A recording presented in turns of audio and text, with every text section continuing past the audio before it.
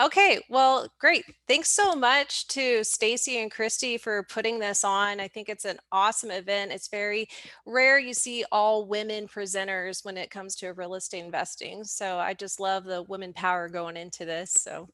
My name is Jennifer Ward, and my niche is in long distance real estate investing.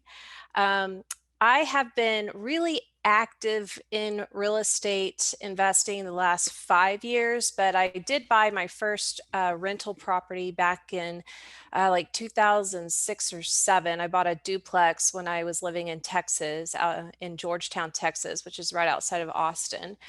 And then I kind of grew up with real estate as well. My parents bought some rental properties along the way. My dad was a home builder, a custom home builder. So I've just been around houses and real estate pretty much all my life.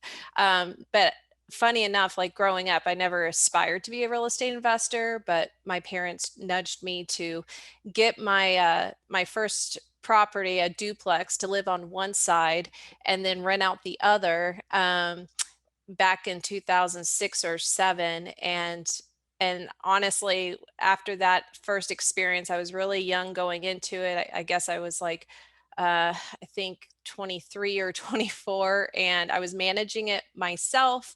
And I never ended up living in it just because of life changes.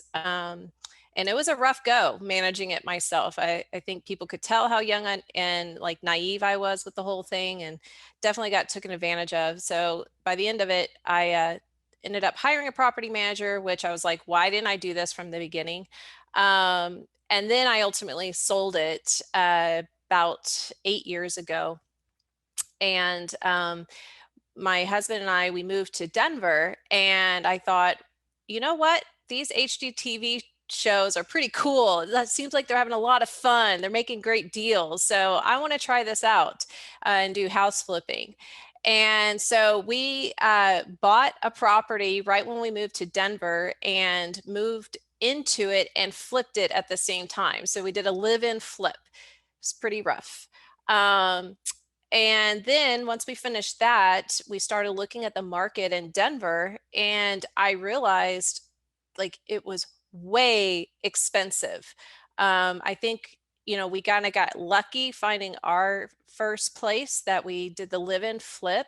But once I was done with that, it took about 6 months and started looking around. And I was just looking on the MLS because I didn't really know any better. I didn't know about all the real estate educational tools, such as Bigger Pockets, which really got me going at the time. And I was like, man, I can't compete in this market. It's like we're looking at properties that are, completely run down, and you have to buy them around 250 to 300,000, and then you got competitors going in with all cash offers and offering, 30,000 over asking price, and they're going off the market almost the same day.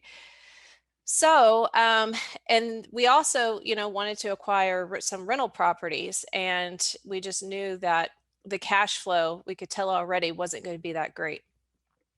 So, again, as I was learning more on Bigger Pockets, I came across, David Green's book about long distance real estate investing, and I really dove into that.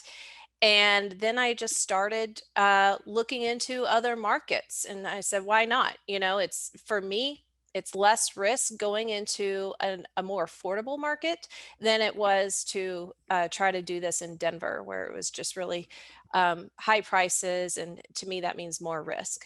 So that's a little bit about my background. And now today, we've been investing in Indianapolis, and we have up to five doors. I've been doing it for 2 years now, and just hoping to now start doing some flips as well there.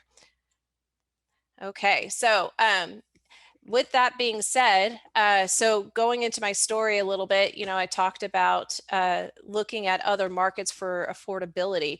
And for us, like our goal, why we want to invest long distance, like the main thing, what we want to get from our rental properties is cash flow. We're not in it for the appreciation game. We find that highly risky and it's not a guarantee, but something you can pretty much control is the cash flow.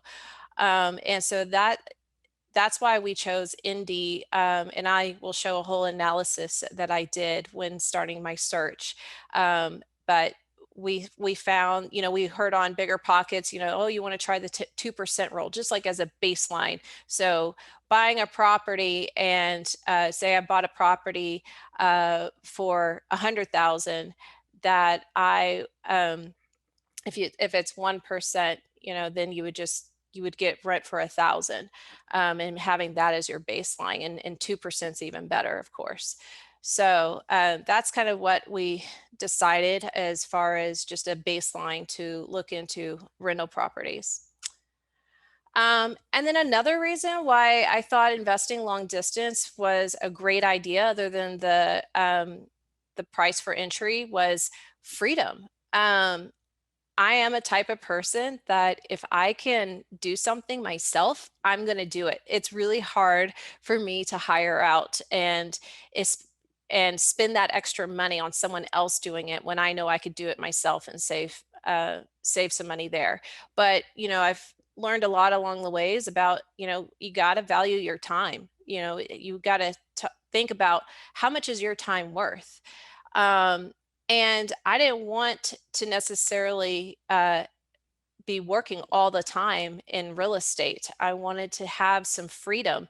Our plans are to be able to travel for extended periods of time. So I wanted to set up a business for us that would operate on its own with a team doing most of the work, and not us working in it. So that's another reason why I chose long distance, because it forced me to take myself out of it. If there was a maintenance issue, I couldn't run and go fix it myself. I had to rely on a property manager or a handy person to go take care of it. So that's another reason why I think long distance is a great strategy for real estate investing, is just, it gives you, in a sense, it can give you more freedom. Of course, you can set those things up locally, but for me, I had to be forced to do it. So, the biggest question when people start thinking about investing long distance is, so where should I invest? Where should I put the pin? And that's usually the first question, or I should say the second question. Once you decide, like, what's your strategy? Are you going to go for cash flow or appreciation, or other factors?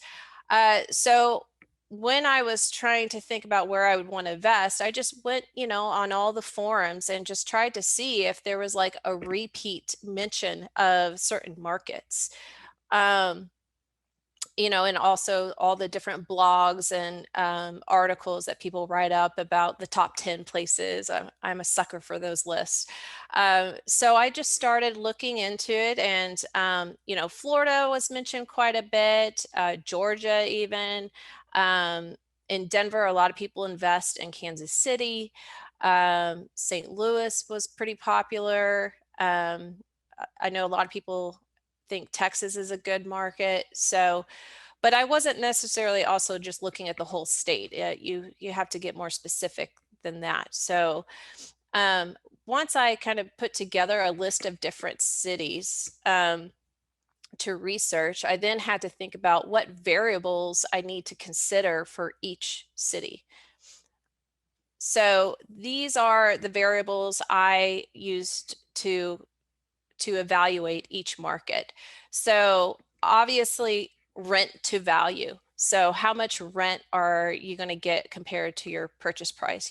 So talking about that 1% to 2% rule, just as a very basic baseline.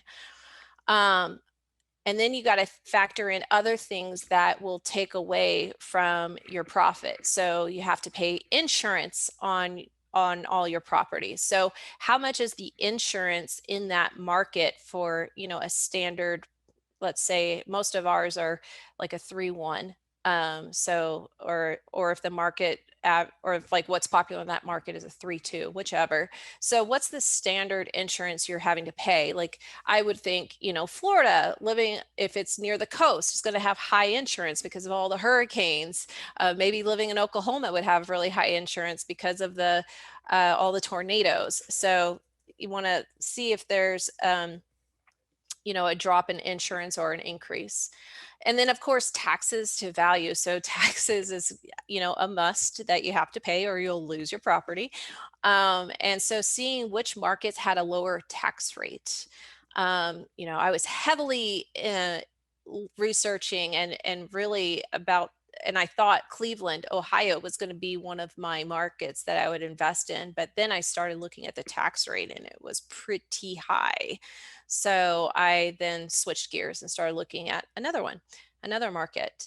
Um, you also want to see if it's affordable for people to live there. To me, that's so important, especially when we come to another recession. Can people afford to live in your property? Denver to me is a little scary because the rents have been increasing so much and they're so high. I question if that can really hold up for people if the going gets tough. So I like to look at, what's the average income in a particular, course, when you say average, take that with a grain of salt because that all considers, what kind of, is it like blue collar, white collar? I mean, we're usually working with blue collar community. So what's the average income that they earn there? And then what's the average rent? Is it a decent ratio? And then um, I'll go into industries next on the next slide, but also is the population growing or is it declining? To me, it's more of a concern if it's declining. If it's just stable, I think that's fine. But as long as it's not declining, I think that's more of the red flag. But I've learned that you also have to get really specific to the area because you'll see in one of my analysis that Cleveland actually showed a declining population. But what I later learned was that people were moving away from the inner city of Cleveland and going more to like the suburb areas. So it's not that, the whole area of Cleveland people were leaving. They were just, and most of these statistics are, for the city proper and not accounting for the surrounding areas. Obviously really important, unemployment. So what's the unemployment rate? Does it have a fairly steady job, um, or just where people are able to keep their jobs and our jobs growing? So, and then crime, you know, you usually find the best deals in the higher crime areas. So that's a question you have to ask yourself, like, what's your tolerance for that? But I also, I take crime with a little bit of a grain of salt because if it's petty theft, I'm not overly concerned. But if it's more hard crime, like killings and whatnot, then I probably wouldn't go in that area because obviously any future tenants wouldn't want to live in that area if there was some more serious crimes happening right there. And then, looking at appreciation, I don't use appreciation as a strategy, but I do think it's important that the values in that market aren't declining. But if they're stable, like you'll learn in my presentation, the market I chose is just kind of a flat line with appreciation. I mean, it goes a little bit up, but not much at all. Because again, my focus is cash flow. So those are some variables I considered when I was doing my initial research.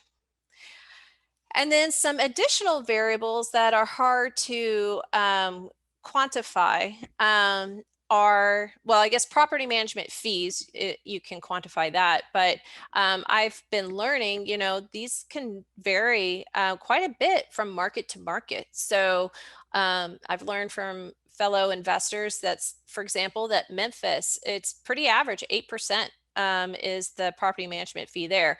Where I am, Indianapolis, it's 10%. So you may think, oh, 2%, not much, but it can definitely makes a difference depending on how much rent you're getting, or charging, I should say. Also industries. So that kind of goes into the unemployment rate, job growth. But what I mean here with far as industries is making sure there's a diversification of industries so that you have a variety of larger employers, that you're not just putting all your eggs in one basket if you're focused on a particular market that only has one really big employer. So usually, the bigger cities, the larger metropolitan areas, they're going to have multiple industries. But hospitals, military bases, technology, if you could find one that has a combination of those, I think that's a pretty solid area.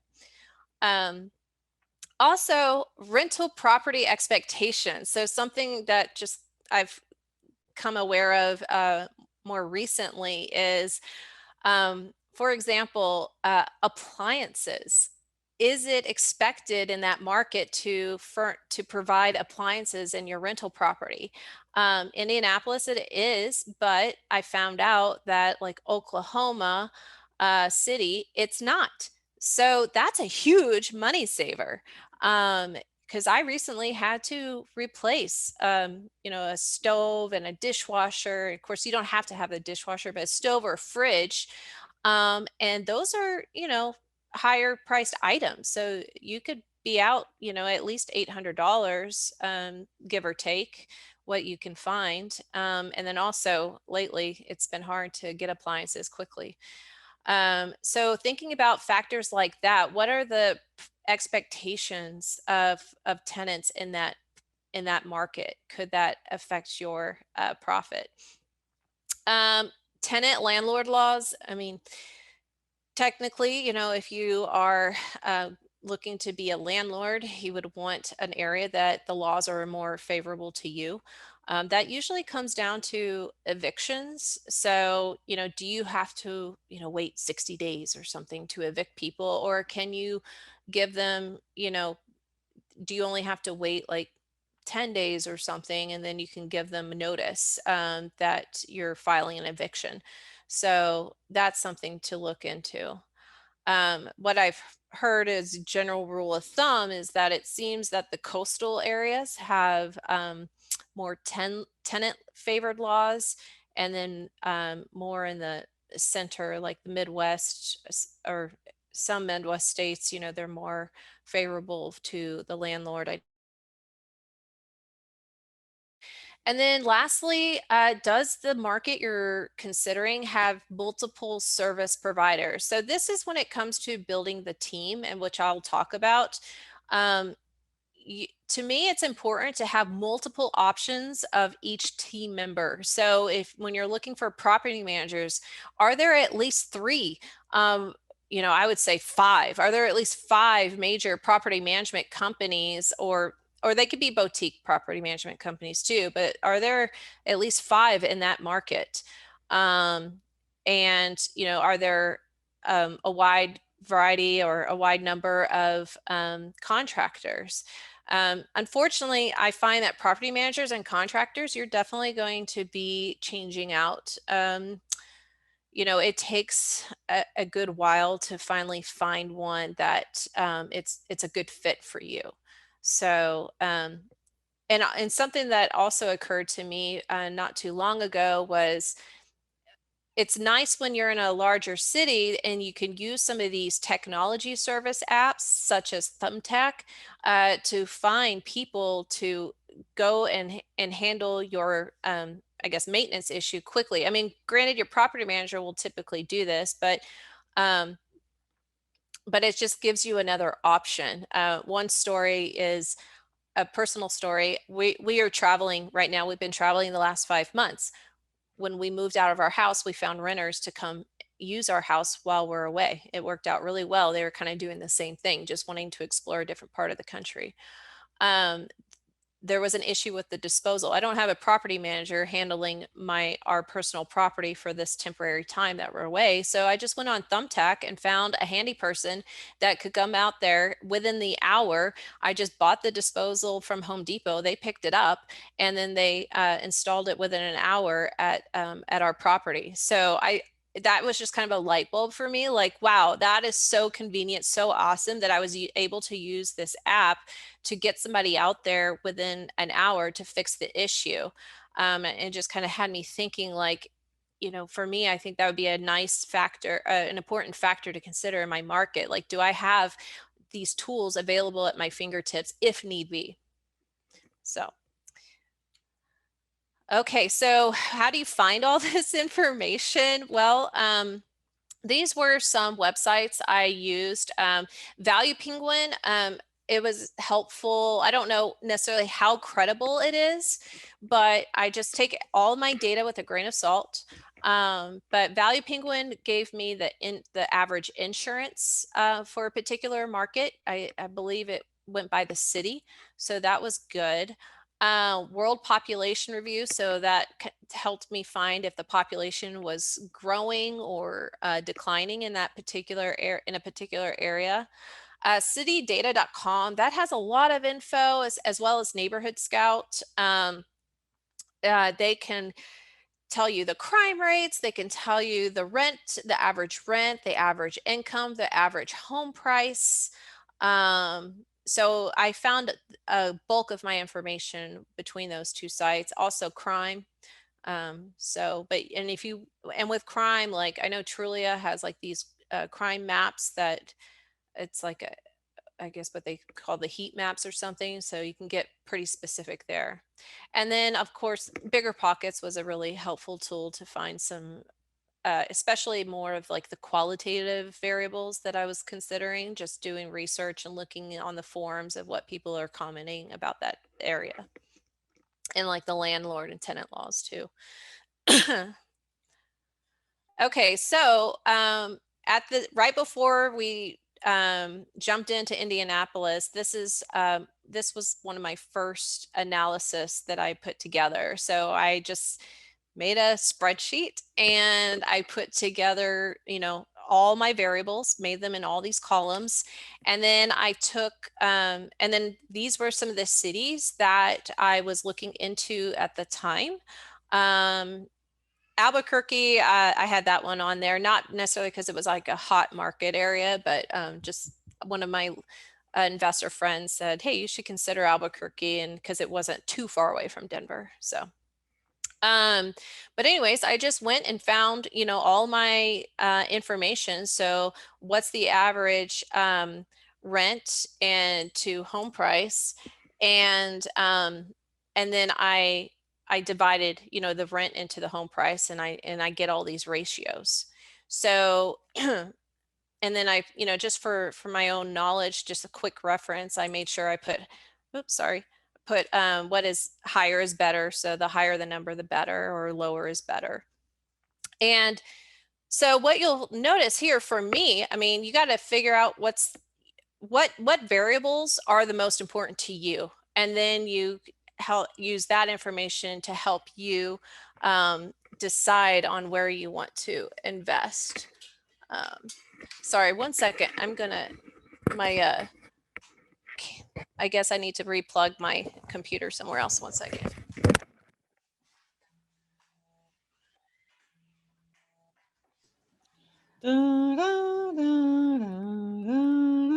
Fortunately, I was getting the battery low, but all right, so I should be okay now. So then, so you've got to think about which variable is most important to you. So I started looking into it. Rent to value is pretty important. And Indianapolis, you'll notice that it's not the best of all the cities of rent to value. Here you'll see that Memphis is, but it's right under Memphis. But the thing with Memphis, I think it had that's what it was. It had a declining population growth.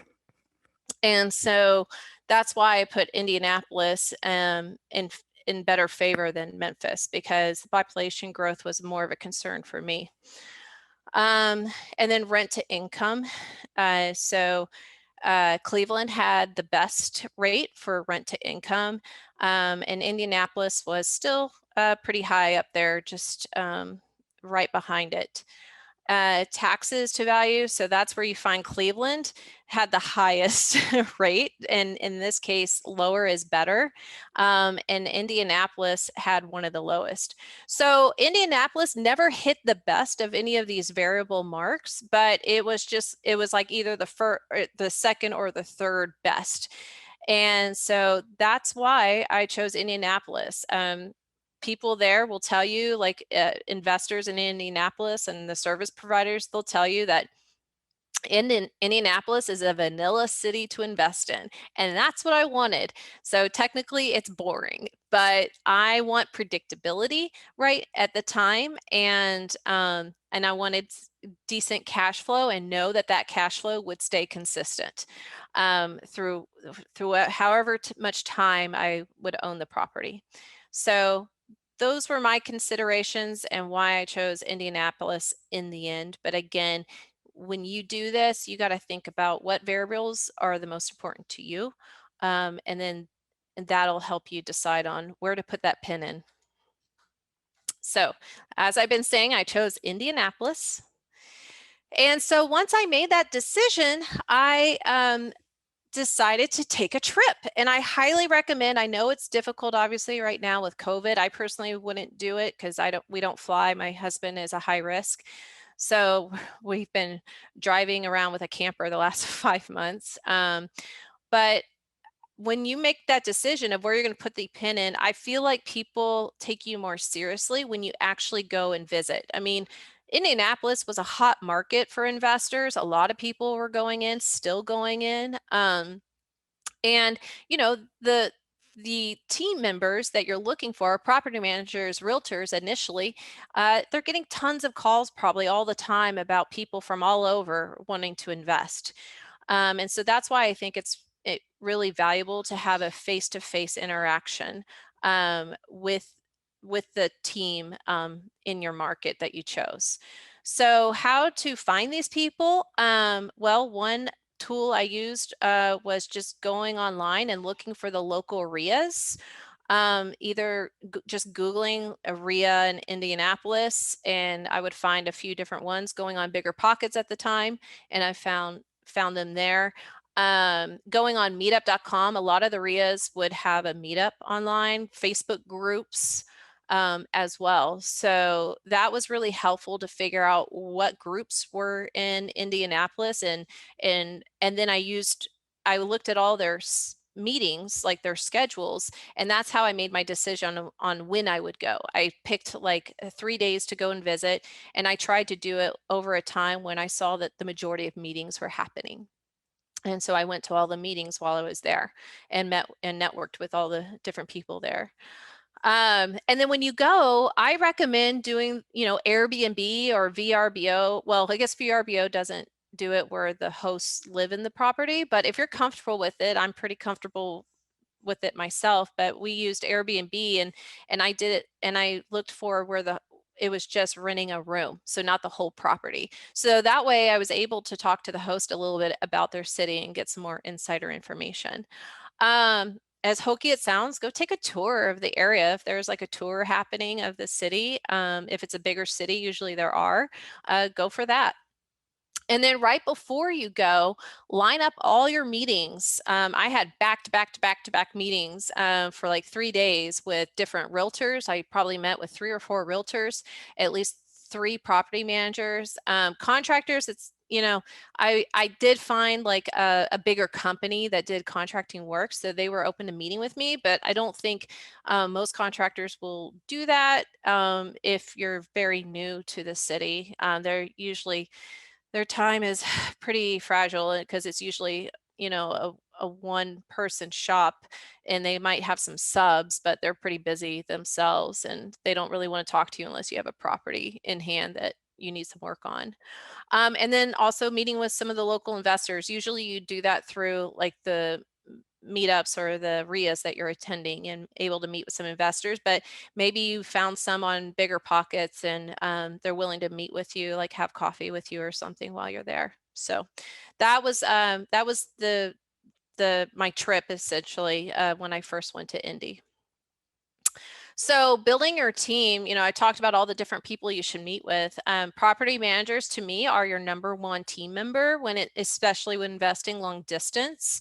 Um, I just don't recommend managing a property long distance on your own. I think for a variety of reasons, um, but I think it's pretty intuitive of why you want a property manager to be your boots on the ground, to be able to respond quickly to tenant needs, to check if people are still living there because they might have jumped ship.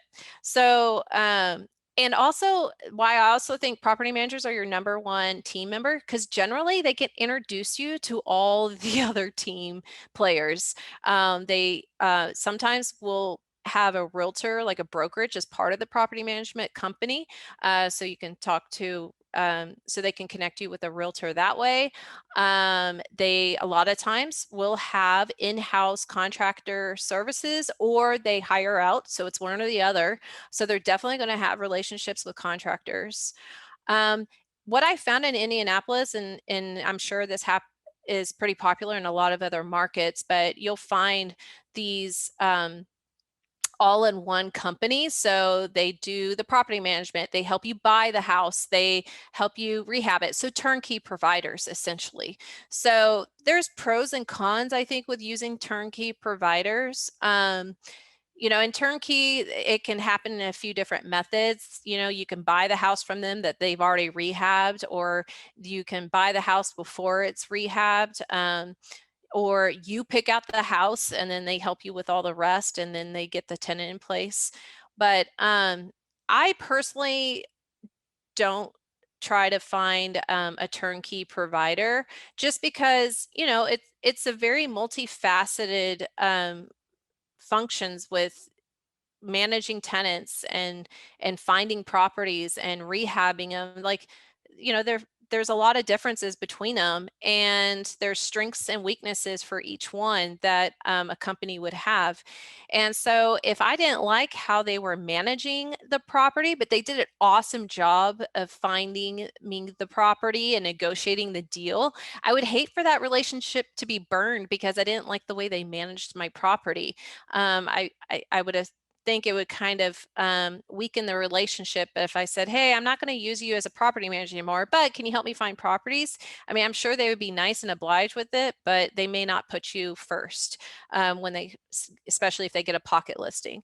So that's why I try to separate out my team members, even though it does require a little bit more work, but I'm just fearful of if one relationship were to, you know, um, fall under that, I don't want to lose my whole team and have to start over again. Because I hate to say it, but I've already been through, I'm on my fourth property manager right now. One was a really crazy story, and the other one said she wanted better quality of life. So she's closing her office down. And she was my favorite, but at least she referred us to a pretty good one so far. Also part of your team would be your inspector. It's nice to have a routine inspector going out to look at your properties that you're about to buy. And surprising enough, obviously inspectors are going to be are very local, and they're going in a lot of different areas to look at houses. So they have connections as well with realtors and with property managers. Of course, you'll probably learn about your inspector through your realtor, but it's worth asking once if you're talking to an inspector, like, hey, who do you like to work with as realtors or as property managers? Lender, obviously, if you're going into it to need a loan to buy these properties, we had W-2 jobs at the time. I'm now a stay-at-home mom technically, and my husband's furloughed, but at the time we were using conventional loans, and so I interviewed several different lenders. Insurance companies, definitely want to shop around for those. And ask ask the investors in the area who they use for their insurance. Usually local investors are willing to share about insurance companies and lenders and even inspectors. Contractors is one that they're a little bit more shut mouth about, um, or quiet about, I should say. And then title company. I guess I like numbers more than I think I do, but I called around several different title companies and asked them for all the standard fees that they control. Of course, there's fees that have to be charged that are out of their control, like municipal state fees and taxes and whatnot, of course. But I shopped around and asked that. I mean, really, there's not much different in the fees, but it also, it's good to know like how quickly they can do things. What other services do they provide? Can they give you lists? If you ever started, if you ever want to start looking into off-market deals, they can probably help with pulling some list about an area and who owns the property. So I think, having a good relationship with the title company can go a long way. So this was our first property that we bought in Indianapolis. It is on the west side of Indianapolis. That side, at the time, and probably still, but I haven't been as picky with our last properties. But at the time, I was pretty concerned about the schools, and I wanted to make sure that I was in an area that had at least like a school rating of a 4. A lot of the Indianapolis schools rate at 1, unfortunately. So I was looking for a better school area. So this was a 3-1, and I was looking to do the BRRRR, so buy, rehab, rent, refinance, repeat. So that's what I did with this property. So I bought it for $44,400. And just a comparison, 3-1 in Denver would have cost me at the time probably at least at minimum 250,000, more realistically around 300,000. So it cost about 20,000 for rehab. So we ran into some water issues, so that raised the budget up quite a bit. And we were able to rent it out for 1,050.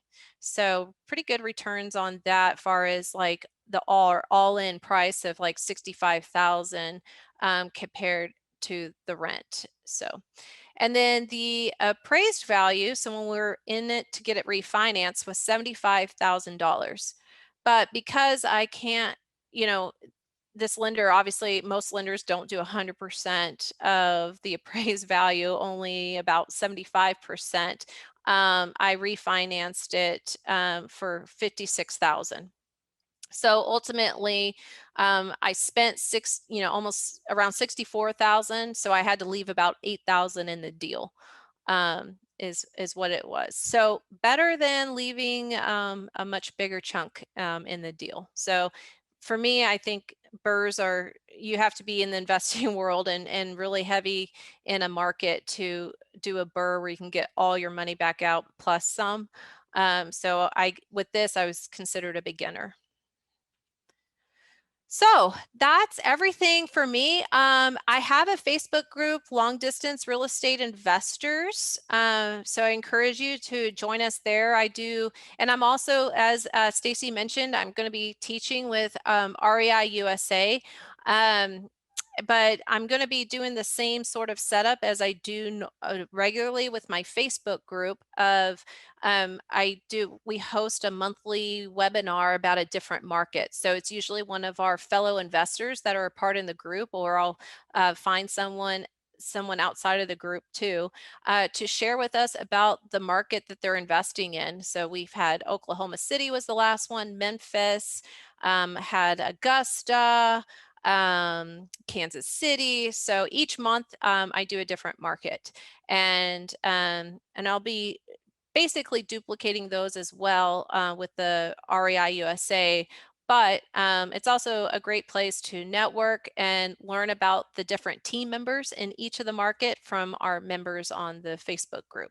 So I encourage you to join us. And then I am starting up, I guess, a new business resource per se, called REI Mamas. So I'm a new mom. I have a 17-month-old toddler. Zealand is his name. And I'm pretty passionate about real estate, and now I'm even more passionate about being a mom.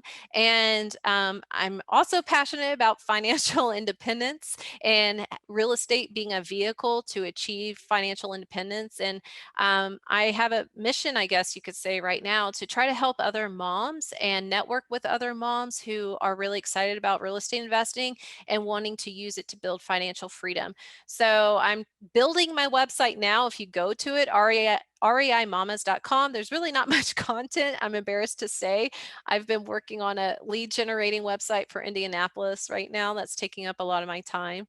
But once I have that underway, then I'll be really diving into REI Mamas and posting some resources on there. But I see it as a way for other caretakers who want to utilize real estate to have more freedom and spend more time with their family. And just being a community network is my goal. It's not about me, it's about all of us achieving the same goal. So I started the Facebook group to try to get that network going, REI_mamas. Oh, I'm sorry. There's not an underscore for the Facebook, but there is for the Instagram, which I'm still learning how to use. And you can contact me at jennifer@reimamas.com. So with that being said, Yeah, that's, we have a question. It says, yeah. can you explain the Burr method a little more? Do you need to have a tenant in place before refinancing?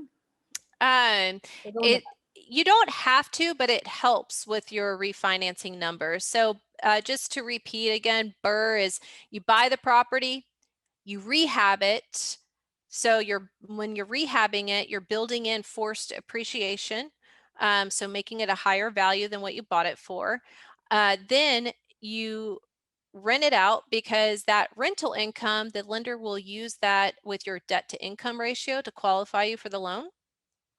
And then you refinance it.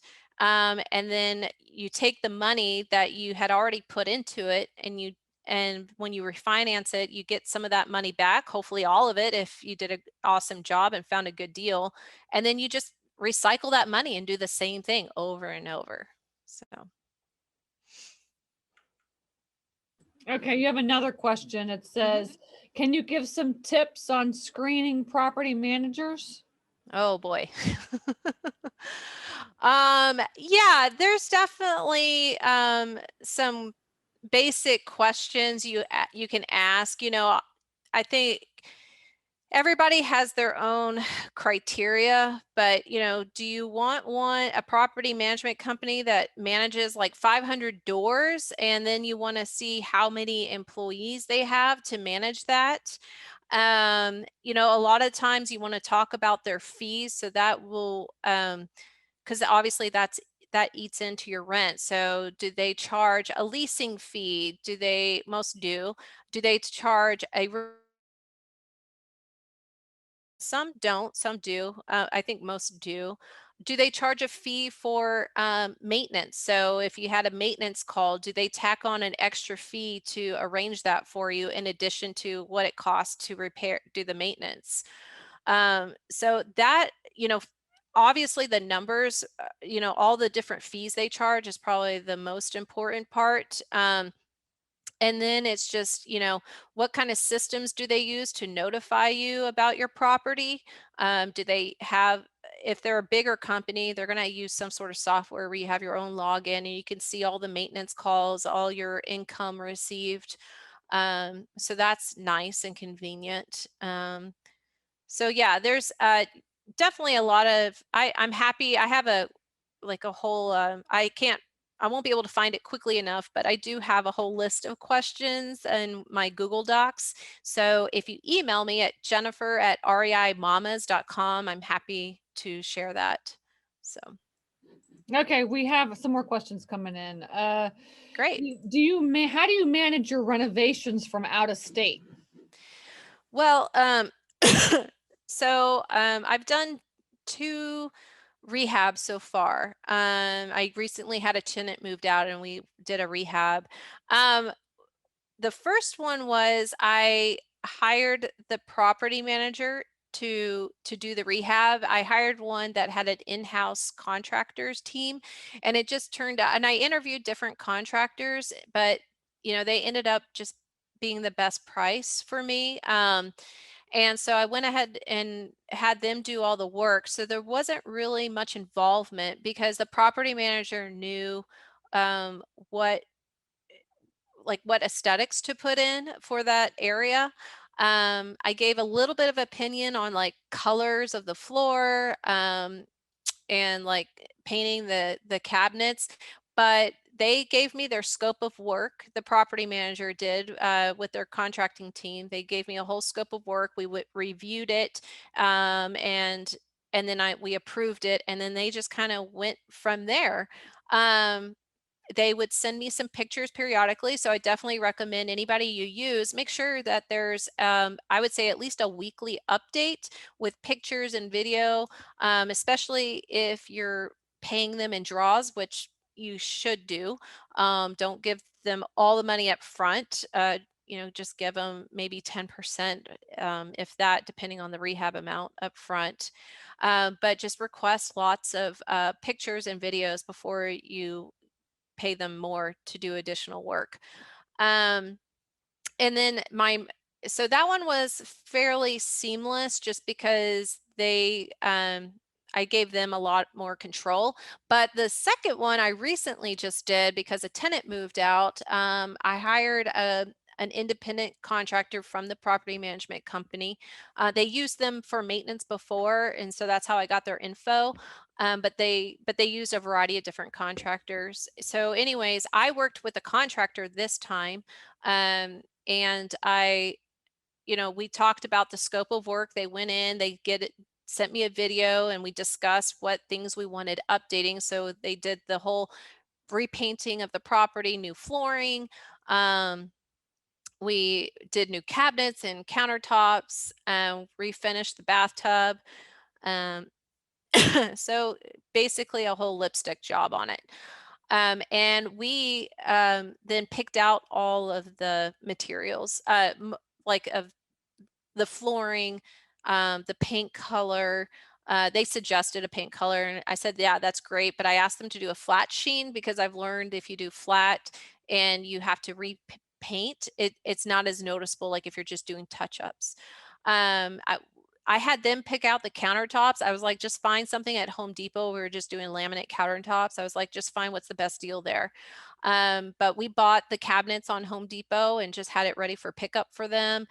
We also had the flooring from Home Depot, had it ready for pickup for them. Some things we had delivered. We like bought some of the fixtures, light fixtures, and the faucets and stuff, and we ordered those online and had it shipped to their business, the contractor's business or home, rather than the property itself, because their schedules vary, so they may not have been there when it arrived. So we did that, and we they this contractor was quite generous. Okay. You asked for it. So I didn't have to worry about draws there. And I guess because we were buying a lot of the materials ourselves too. So that's why he offered for us to just pay him the full amount at the end. Um, but yeah, so just a lot of videos, photos, and you just have to make the call of, do you want to give them like more control and pick up buy the materials and everything, or do you want to take that on? So, Okay, good. We have a couple more questions here. okay. What about a virtual wholesale or wholesaling long distance? Do you do this or how can you do this? Doing virtual wholesaling long Well, distance, well, I mean wholesaling. You're asking, like can you for wholesale long distance essentially? if I wholesale, I don't do it. And well, so yeah, I can't really comment on that. I am building a lead generating website for Indianapolis. So the goal is to find properties off market, and I would be the first person of contact that they call or fill out a form is the plan. And then I have arranged with a contact in Indianapolis that I've worked with and trust, and thinks she does an awesome job, and she'll be like my boots on the ground to go and actually visit the property and do a walkthrough.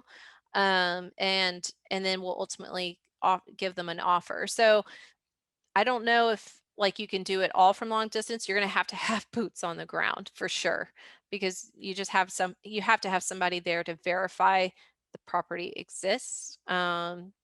I don't know much about wholesaling, so I can't really speak to all the steps, but definitely should talk to maybe a wholesaler in that market and maybe partner with them would be ideal.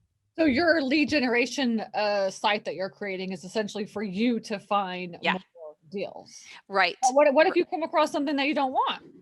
Well, yeah, there's that opportunity, offer it to other investors. So, yeah, we'll see. I'm not really expecting like a whole lot of properties to come through. That'd be awesome, but I'm expecting I'll probably get maybe 3 properties a month is my beginning goal. And that we're right now the plan is to most likely flip most of them, build up our cash, and then buy more rental properties or do burrs. I love it. Okay, good. Yeah, I love the way that you think. You're just so conservative. Methodical. Yeah. Yeah, methodical. Exactly. Kind of like my husband. He thinks the same way. Yeah. You could say we're fairly conservative, with our real estate investing. I mean, a lot of people I talk to are like, "Whoa, you do that," but they're not really involved in real estate. So I'm sure to any non-real estate investor, they think what we're doing is crazy. But I guess I'm trying to get to a point where I can use more cash to buy properties, especially now that I don't have a job and my husband's been furloughed with because of COVID. So we're using the cash we have to buy, to flip, build up that cash reserves. Of course, I have enough connections to probably use other people's money. And I'm sure maybe one day I'll get there. But for right now, I just like to feel like I did this on my own and was able to have them all paid outright.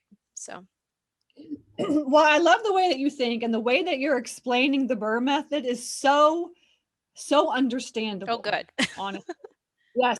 So if you're interested in the Burr method or what she's doing, then I highly recommend that you go to her monthly meeting that she has. All right. Because she'll be able to take you step by step by step on exactly what to do. So her end goal is as many rental properties as possible and to have passive income, Yeah, right? To do that absolutely. by yeah, buying cheap properties and holding on to them. Yeah, yeah. And, I've been learning a lot more about these lease options and seller financing, which sound like a sweet deal, So our model may change. We may not have very many like traditional rental properties anymore. We might be arranging lease options and seller financing and not have to worry about the maintenance or really have a property manager. So I'm sure there's going to be speakers talking about those options, but Yes, we those are do. very intriguing to me, it just advancing our investments.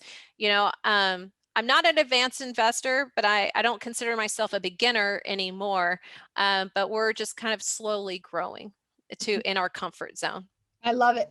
I love it. Yeah. And that's what I said. So she's talking about all the creative deal structures out there. And essentially, lease options is one of them. We do have a teacher just for lease options. Subject to is one of them. So make sure you keep your eye out for that. Okay. We have a couple more questions here, real fast. Yeah, and I just shared my email in the chat. I thought I saw somebody asking for it. So, Okay. Sorry, I had a cough. Okay. oh, no problem. Is it Keep that water. necessary for or better to work with the lender in the city that you're investing? Um, no, it's not necessary. The lender I used was based in Ohio. Um, but they have to be licensed in the state that you're investing. So that's a question you want to ask. So you could contact a lender where you live and say, "Hey, are you guys licensed in Indiana? And then what kind of deals you can provide for me?" Now, I will say, I have heard. I haven't. I guess the lender I used was First Federal Credit Union, I want to say. That's so bad. I'm forgetting their name. Yeah, we just haven't had the process. We haven't gone through the loan process in a while. So, but anyways, I have heard that contacting the credit unions in the market that you're investing in is a really nice strategy. Again, because they're likely going to have contacts for all your other team members as well. If you're looking to still build up your team members, they could have those contacts. But local credit unions also generally have more flexibility, especially when you're ready to ramp up and do more portfolio loans and whatnot. But if you're just looking to do uh, a conventional loan, you know, any bank generally can help you if they're licensed there. But I think it's good to put in the effort at the very beginning of finding a lender that could grow with you, because that's an important relationship. And especially if you're having to use a loan, it it does give you it uh, I guess cash is king, right? So if you are competing with people who are able to buy cash, you definitely want to make sure if you have to use a loan that you're with a lender that can close when they say they can close. Because I've have experienced that before, that their underwriting process is just insane, or they don't have enough staff for the underwriting. So um, granted, you can't learn about this until you do it. I guess you could get referrals from other investors, but ask, local investors, who they use, what credit unions. Well, and I, then we have the in REI USA, we have the in the members portal, you have a sponsors directory. right. And the sponsors directory, we have like 10 lenders there. Awesome. So if you need a lender, go to the sponsors directory. And I always tell all my students, you should be talking to all those Yeah. lenders. Because the truth of the matter is that they all have different terms. They all have different programs. They all, they may do rentals, they may not, they may do commercial, they may not. So you want to talk to all of them. And we're always, and lenders are, I mean, we'll always be adding Yeah. lenders. So if, like, always go to the And sponsors shop direct. shop around, like, yeah, definitely contact, because they all have different fees, and it takes a while to figure out which fees are specific to a lender. But don't be afraid to ask questions. And you're they're going to know that you might be new at this, but don't be afraid of that. Don't go into it trying to act like you know it all, because a lot of times they're actually willing to share more when they can tell that you're newer at this, because they want to help you. Really Well, business. I was going to say too, and also some of the lenders also have partner programs. Right. Right, they'll partner you with an experienced investor, and then y'all can just partner together, and that way you can see what they're doing too, so you can check that Oh, out as that's a good well. idea. Yeah, I've never heard about that. I'll have to Yeah, ask lenders next time. yeah, do you have a partner program? Yeah. Oh, Yeah, good. Learn something every yeah, day. so, I mean, you as an experienced lender, I mean, an investor, you could be like, "Yo, hook me up with somebody that's got some money that, that's a newbie, and I'll I'll show them everything that we can, and Right. then, you can do that too." So Yeah. there's a lot of really, really good, clever programs out there right now. Yeah. Absolutely. But And yeah, my thing is, I always try to get at least three contacts of everything, and interview at least three different people for each team position, for Mhm. each team player, at minimum three. So And then one question was, do you need to have a good credit score to get a loan? No. Like some lenders are asset-based lenders and some lenders are credit-based. So right. credit-based, obviously you need to have a good credit score, but if it's asset-based, and there's some are now asset-based, a little bit more interest rate probably, but yeah, totally out there. Just ask them, are you asset-based or credit-based? Yeah, and then I guess since we're on the topic of lenders, I should mention when it comes to the BRRRR, for those, just the last thing to mention, when it comes to the BRRRR, there's usually a seasoning period, particularly when you're doing conventional financing. So it's on average 6 months, but there's also an option, I think, for cash out refi. There's a difference between the two. I can't remember them all right now. So talk to somebody who does a lot of BRRRRs, or talk to a lender, but there's an option that you could refinance at the very beginning, but you're not able to factor in your rehab costs. It's just the purchase price. and getting 75% of your cash back from your purchase price, versus waiting 6 months and then allowing the rehab cost as well to be included in your refi. So, Awesome. Great information. Okay. So, okay, good. Any other final questions for Jennifer? Actually, I saw one question. I forgot we missed it. Candace asked, can you please repeat your email for the list of yeah, questions? Oh, no, we did. I it's got that. Okay. Jennifer at reimamas.com, and I put it in the chat for everybody. So, Okay. And then somebody said, could you explain how the asset-based lending works? Oh, asset-based lending is essentially they just look at the deal. yeah, That's they it. They're look at the just property. Mm. they look at the Those are property. Yeah. like hard money loans that if you hear about those they loan based off the property, not your financial situation. Exactly. Yeah. So there are lenders out there like that. There's credit-based and asset-based. And actually there's every type of lending situation out there. So my tip to you is go to the sponsors directory inside the members portal. And I think we have like 10 lenders in there at least. And I would just start. And what I tell my students is make like this kind of master spreadsheet. I call it my lender spreadsheet. And then you just list them out. And then when you talk to them, you can keep track like, okay, yeah, they do take seconds. Yeah. What are their terms? And you can just keep it on the sheet. And then when you're like ready to, you have all this property, you can just open up your sheet and be like, yo, I'm going to call these two fit. I'm going to call them first. Yeah. Or whatever. You know what I'm saying? Yeah. It's like, Spreadsheets are your friends as a real estate investor. I know. I know you use spreadsheets. I never thought I was a spreadsheet person until I started investing. I was like, wait, there's got to be an easier way to put all these numbers together. Especially if you're looking at numbers. I mean, Yeah. you have to it has to be on a spreadsheet. Yeah, I mean, when you start doing an analysis, that, yeah. You got to get good at looking at spreadsheets. Anybody on my team, I'm always like, let me see the spreadsheet. Yeah. Yeah. Awesome. Well, this You has did a been great fun. job. Thank you so much. Anybody, please reach out to me if you have any further questions. I'm an open book. I love to geek out about real estate investing, particularly long distance. I think, it's a great strategy if you're stuck in a market that's just way too expensive. So, Yeah. And somebody asked, where do you learn the burn method? I mean, the burn method, there's going to be so many teachers yeah. in REI USA that are teaching this, like Jennifer should be one of those. Like, that's what she does. So if you come to her meetings, you'll be learning how to do that.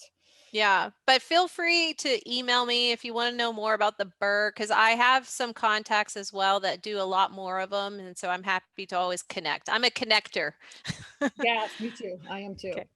Awesome. Cool. Well, appreciate your time, Jennifer. Thank you. It was great. It was a lot of fun. Appreciate it. Take care. We'll see you soon. Okay, bye.